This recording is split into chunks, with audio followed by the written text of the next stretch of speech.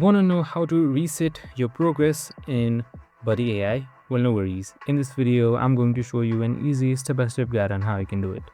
It's super simple and under a minute, so let's get right into it. Now, first things first, just simply open up your Buddy AI application or the game, and once you've opened it up, you should be under the interface of the main Buddy AI. So you can just simply hit towards settings sometimes and it should work.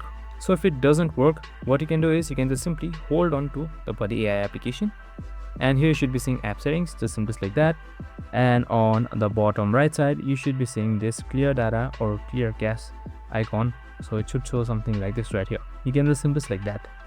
And now instead of selecting clear cache, we select clear all data. Just simply select that, select OK, and all of your data should be cleared. You will be logged out and your game will be reset, and you need to log in again for that. So you can just simply log in with your fresh account after that, and your progress will be reset. And that's it. I hope this video helped. If it did, make sure to like, subscribe, and tune in with us for more of these videos. See you in the next one.